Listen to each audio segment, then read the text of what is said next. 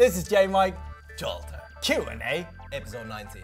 19. No questions asked, except for the questions from you guys Okay. that we're gonna answer, and we're gonna In football! football.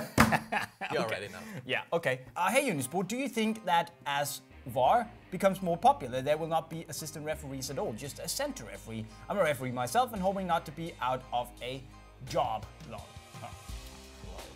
I also hope you're not gonna be out of the job because Yes. I hate VAR. Really? The video replay thing. I hate it. I'm gonna give you only one reason. I love the human error in football. I love the debate. I'm all good with goal line technology, having a tip in the ball and referee gets a signal if it was in the goal. Yes. I love the discussions at the pub between the fans. So I love yelling at the TV when was it a penalty or not a penalty. I have a bad feeling that VAR is gonna destroy that and take it away from football. Okay, I have a counterpoint. I agree with you. It's not working as well as it should. Think back to Chelsea-Barcelona in the Champions League. Överberg, the guy who basically quit as a referee afterwards. He made so many mistakes in that match. Basically, Chelsea went out because of his mistakes. I understand, and you know, of course, people always try to counter-punch, like by going into your favorite team. Yes. And I get it. It's a strong point, but still, for the love of the game and keeping the sport as entertaining as it is, I would not do that because it's only the first step. What's next? Like, we're gonna soon be NBA with like timeouts and commercial breaks. I'm dead serious because Americans are all about the entertainment. Listen, and I have a bad feeling football is going that way. If you can implement it in a seamless way, so we can get the right decisions quickly, then I'm all for it. Then football is perfect. Then it's like, there's never offsides. There's never a debatable penalty. There's never, like, do you know what I mean? I know what you mean. Then what is it all about? But it's a great topic. And you know what? You guys should chip in the comments and, you know, let us know your thoughts in regards to VAR. It's actually a really, really interesting discussion because there are purists. And obviously, I'm right. Next question. Brilliant one. How to increase confidence when we are playing a match? So how to be more confident in these matches? And you could say, you know, just believe more in yourself, but that can be difficult. I mean, if you have a rough patch of matches and trainings where things don't go your way, it can be really difficult to keep up the spirit. But what you should do is really work on your mental strength. Every time you're in a situation where you feel like, okay, this wasn't good enough, then look at yourself and think, okay, does this really matter?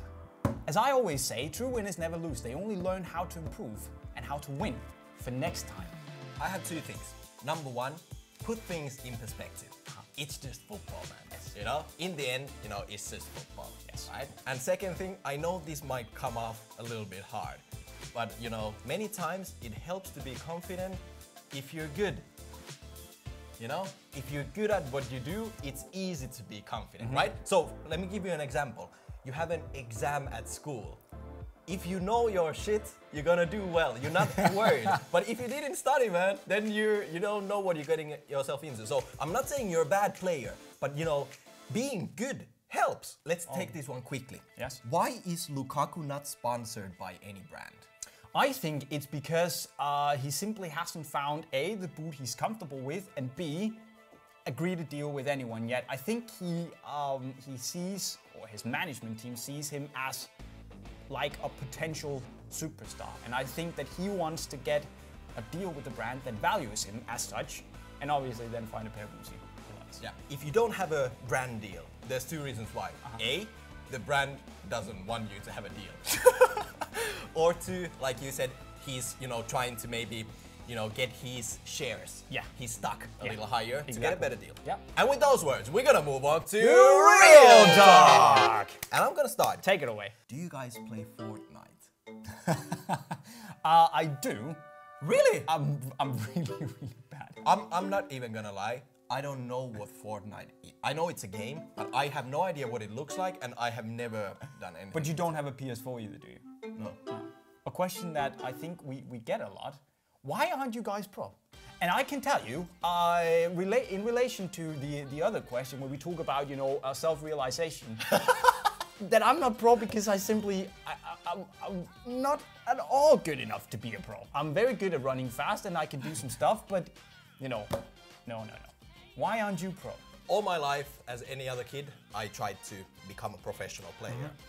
Then there was a moment in my life when I loved making videos and playing football, and I wasn't really sure which one I would like to really go after. Yes. And Then I got a call from Unisport, basically asking me to move from Finland to Denmark, and that's kind of when I basically made up my mind to just do the video stuff. Why I maybe let go of football was because I realized I'm not gonna be a Premier League player. I don't ever like to play this, if that game, but maybe I could have been a pro and, you know, make my living. Not live a fancy life, sure, but be a pro. Yes. Have you guys ever had a massive fight with each other? Regarding football. Fight? I don't know. I don't think we've, honestly, over the 5 years, yeah. I don't think we've ever had a fight. No. Of course, sometimes we maybe disagree on something when it comes to you know, filming or work or, you know, some things here and there. But I don't think we've ever had a fight. No, none of us have ever hung up and been, you know, I'm never going to talk to this guy again. And with those words, we're gonna move on to food bag. Food bag. Food bag. Best value for money cleats on the market right now.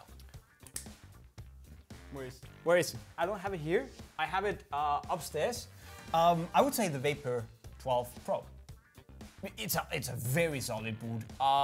You basically get a Vapor 11 at a much lower price. I would also bring up this. Very good for the price. I think it's about 200 and something euros.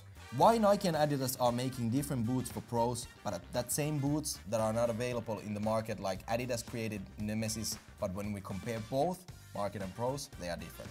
Why are they doing this? So why are pros getting their own boots? Yes, that's because they have different needs than we do. So for instance, on the Messi boots, he has like a burrito tongue compared to the normal one-piece construction you see on the Nemesis 17.1.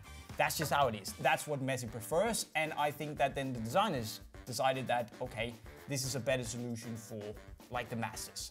And obviously, you know, these level of players will get that kind of treatment. Yes. You know, if you are a lower level Nike athlete, let's say, you know, chances are you're not gonna be treated so well if you say, you know what, I want this instead of, they're gonna say, yeah, but no. Yeah, but it's only the very elite tier of players that get the boots completely customized to their likings. Otherwise, they can just get personalized molds or, you know, custom insoles, stuff like that. Are the boots in the background real? If so, exactly how many boots?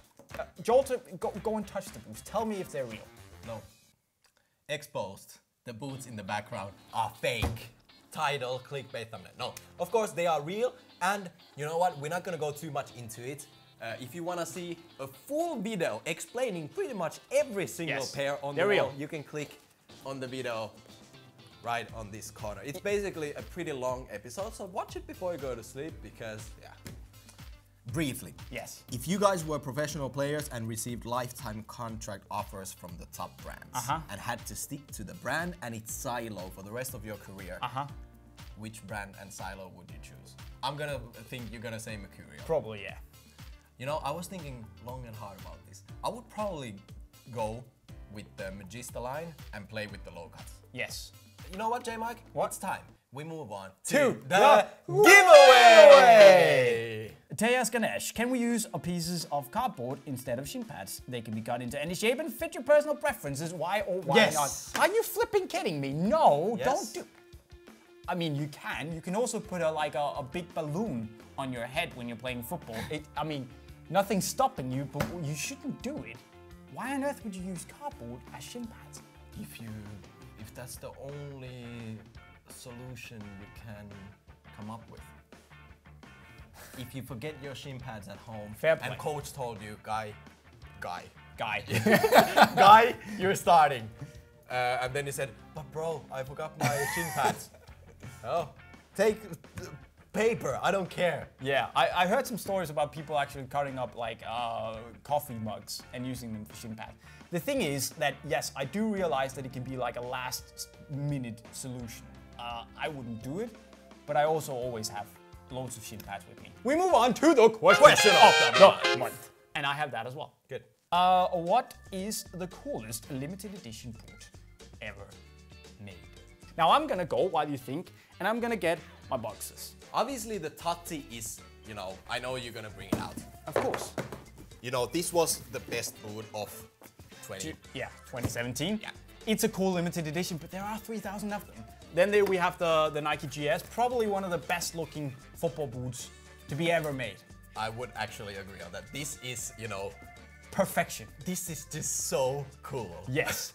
Then we also have these. And for those people who don't know, can you tell what this boot was basically about?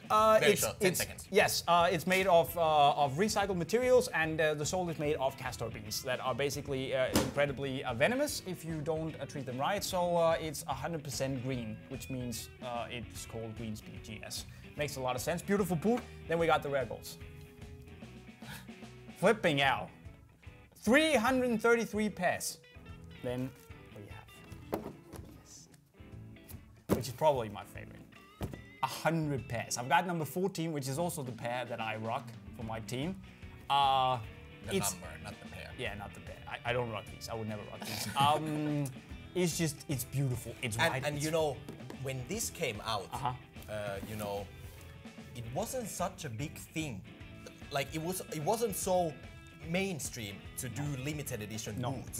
No, nowadays it's almost like every week there's a limited edition But release. back then this was super exclusive, and the numbers were like ridiculously low. Yeah. And we both got a pair. Yeah, crazy. Mental. Like absolutely. And it was, and back then, by the way, gold sole plates. It was not like it was on every single general release. You'd never seen it before. Like here now, this is normal. Yeah. On any release nowadays. But that's what you gotta understand. That back then these were grails, and even today they're even bigger grails. And this is some of the really good stuff. So I would probably say those. But that was it. I mean, do we have anything more? Nope. So we basically end up with the best stuff, the best limited edition boots ever made. So guys, leave us a ton of questions right down below. Who knows, your question might just even be featured in the next Q&A Number episode. 20. You can watch a lot more Q&A videos by clicking right down here, and then do yourself a favor, go subscribe to the channel with the notifications on, of course, by clicking right over here on my head. And with that said, we're gonna sign off. See you next time.